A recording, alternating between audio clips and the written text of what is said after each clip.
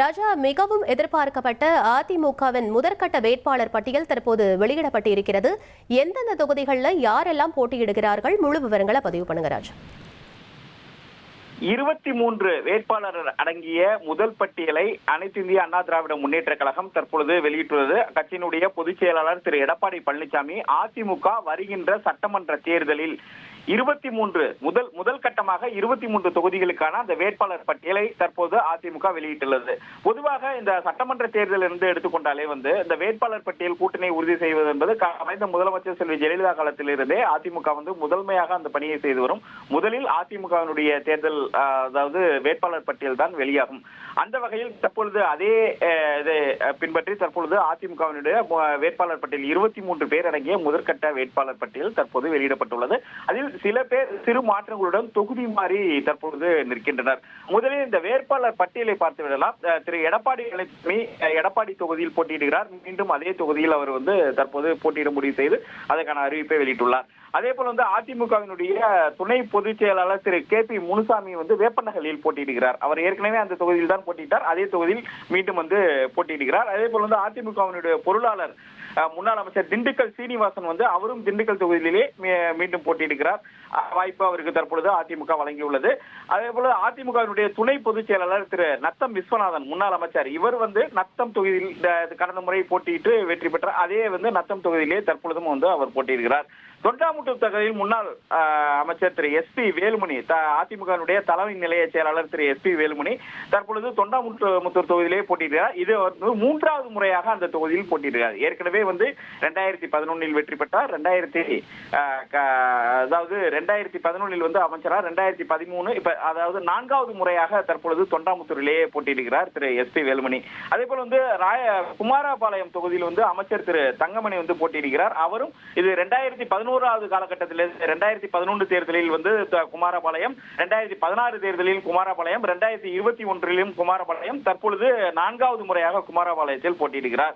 ராயபுரம் தொகுதியில் முன்னாள் அமைச்சர் திரு டி ஜெயக்குமார் போட்டியிடுகிறார். கடந்த முறை அவர் தோல்வியை தழுவினார். இந்த நிலையில் மீண்டும் அவருக்கு அங்கு வாய்ப்பு கொடுக்கப்பட்டுள்ளது. தொடர்ந்து பல முறை அந்த தொகுதியில் அவர் ராயபுரத்தில் அவர் வெற்றி பெற்று வந்தார். இந்த நிலையில் தான் ஜெயக்குமாருக்கு மீண்டும் அதே தொகுதியில் போட்டியிட அதிமுக வாய்ப்பு வழங்கியுள்ளது. அதற்கு அடுத்தபடியாக முன்னாள் அமைச்சரும் விழுப்புரம் மாவட்ட செயலாளர் தற்போதைய ராஜ்யசபா எம்பியுமான திரு சி.வி. சண்முகத்துக்கு மயிலம் தொகுதி தற்போது ஒதுக்கப்பட்டுள்ளது. ஆனால் அவர் கடந்த தேர்தலில் விழுப்புரம் தொகுதியில் போட்டியிட்டு தோல்வியுற்றார். தற்பொழுது அவர் தொகுதி மாறி தற்பொழுது நிற்கிறார். மயிலம் தொகுதியில் திரு சி.வி. சண்முகம் தற்போது வேட்பாளராக அறிவிக்கப்பட்டுள்ளார். அதே போல மதுரை மேற்கு தொகுதியில் செல்லூர் ராஜ் முன்னாள் அமைச்சர் செல்லூர் ராஜ் அதே தொகுதியில் தான் போட்டியிட்டார். கடந்த முறை மதுரை மேற்கில் தான் அவர் எம்எல்ஏ ஆனார். தற்பொழுதும் அதே மதுரை மேற்கு தொகுதியில் போட்டியிட்டார். இது அவர் 4வது முறை. இவர்கள் எல்லாமே 4 முறையாக அதே தொகுதியில் நிற்கின்றனர். 2011 இருந்து அதே தொகுதியில் போட்டியிடுகின்றனர். அதே போல முன்னாள் அமைச்சர் திரு பாலக்கோடு தொகுதியில் திரு கே.பி. அன்பழகன் போட்டியிடுகிறார். அவருக்கும் இது 3வது முறை இந்த தொகுதியில் அவர் போட்டியிடுகிறார். நன்னிலம் தொகுதியில் திரு காமராஜ் முன்னாள் அமைச்சர் காமராஜ் போட்டியிடுகிறார். அவரும் 2011 காலகட்டத்தில் இருந்து 2011, 2016, 21 தற்போதைய தேர்தல் அது இந்த தேர்தலிலும் நன்னிலம் தொகுதியிலேயே திரு முன்னாள் அமைச்சர் திரு காமராஜ் போட்டியிடுகிறார். OS மணியன் வேதாரண்யம் தொகுதியில் அவர் போட்டியிடுகிறார். அவரும் முன்னாள் அமைச்சர். அவர் 3வது முறையாக அந்த தொகுதியில் அவர் போட்டியிடுகிறார். விராலிமலையில் டாக்டர் சி. விஜயபாஸ்கர் விராலிமலை தொகுதியில் அவர் போட்டியிடுகிறார். முன்னாள் சுகாதாரத்துறை அமைச்சர், தற்போது புதுக்கோட்டை மாவட்ட முறையாக விராலிமலை தொகுதியிலே 2011 இருந்து 4வது முறையாக இதே தொகுதியில் போட்டியிடுகிறார்.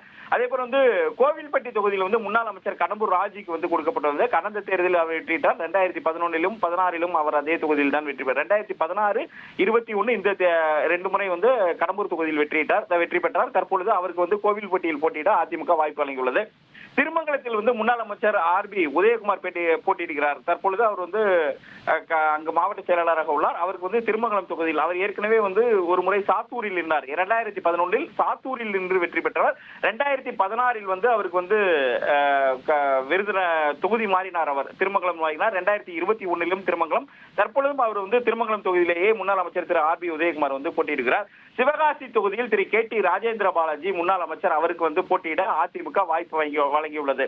இவர் வந்து 2011 வந்து சிவகாசியில் போட்டியிட்டார். 2016 சிவகாசி, 21 வந்து ராஜபாளையத்திற்கு வந்து தொகுதி மாறினார். ஆனால் அவர் பழையபடி தற்பொழுது சிவகாசி தொகுதியிலேயே திரு KT ராஜேந்திர பாலாஜி முன்னாள் அமைச்சர் போட்டியிட அதிமுக வாய்ப்பு வழங்கியுள்ளது.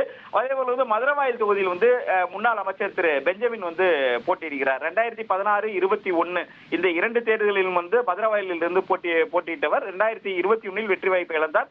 தற்பொழுது அவருக்கு வந்து மீண்டும் வந்து மதுரவாயல் தொகுதியில் போட்டியிட தற்பொழுது அதிமுக அவருக்கு வந்து வாய்ப்பு வழங்கியுள்ளது. அதே போல வாய்ப்பு வழங்கப்பட்டுள்ளது. திருப்பரங்குன்றத்தில் 2021 போட்டியிட்டு வெற்றி பெற்ற MLA திரு ராஜன் செல்லப்பா மீண்டும் அவருக்கு வந்து திருப்பரங்குன்றம் தொகுதியிலேயே போட்டியிட தற்பொழுது வாய்ப்பு கொடுக்கப்பட்டுள்ளது.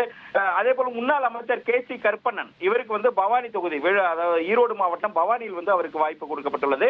அதே போல வந்து KC வீரமணி முன்னாள் வணிகவரித்துறை அமைச்சர் அந்த KC வீரமணிக்கு வந்து 3வது முறையாக ஜோலார்பேட்டையிலேயே வாய்ப்பு கொடுக்கப்பட்டுள்ளது. ஏனென்றால் 2011 ஜோலார்பேட்டையில் வெற்றி பெற்றார், 2016 வந்து ஜோலார்பேட்டையில் வெற்றி பெற்றார். 3வது முறையாக ஜோலார்பேட்டையில் வந்து 2021 தோல்வியை தழுவினார். தற்பொழுது அவருக்கு வந்து 4வது முறையாக ஜோலார்பேட்டையில் போட்டியிடவே அதிமுக தற்பொழுது முன்னாள் அமைச்சர் KC வீரமணிக்கு வாய்ப்பு கொடுத்துள்ளது. கரூரில் வந்து முன்னாள் அமைச்சர் திரு MR விஜயபாஸ்கர் வந்து போட்டியிடுகிறார். இவரும் வந்து 3வது முறையாக 2016 வெற்றி பெற்றார், 2021 தோல்வியில் தழுவினார். தற்பொழுது 3வது முறையாக கரூர் மாவட்டத்தில் அவருக்கு வாய்ப்பு கொடுக்கப்பட்டுள்ளது. அரியலூர் மாவட்டத்தில் முன்னாள் கொறடா, அதிமுகவினுடைய முன்னாள் கொறடாவாக இருந்தவர், அவருக்கு வந்து தாமரை ராஜேந்திரன் அவருக்கு வந்து அரியலூர் மாவட்டத்தில் போட்டியிட வாய்ப்பு கொடுக்கப்பட்டுள்ளது.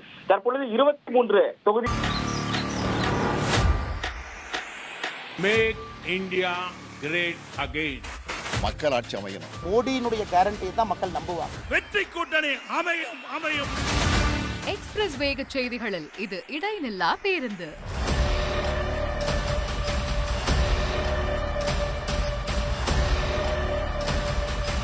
தினமும் காலை 6 முதல் 7 மணி வரை 6 மணி செய்திகள். Break free news. வரிசை கட்டி வரும் சுவாரஸ்ய செய்திகள் பிரேக்கே இல்லாமல். ரிமோட்டை மறங்க அப்டேட்டா இருங்க.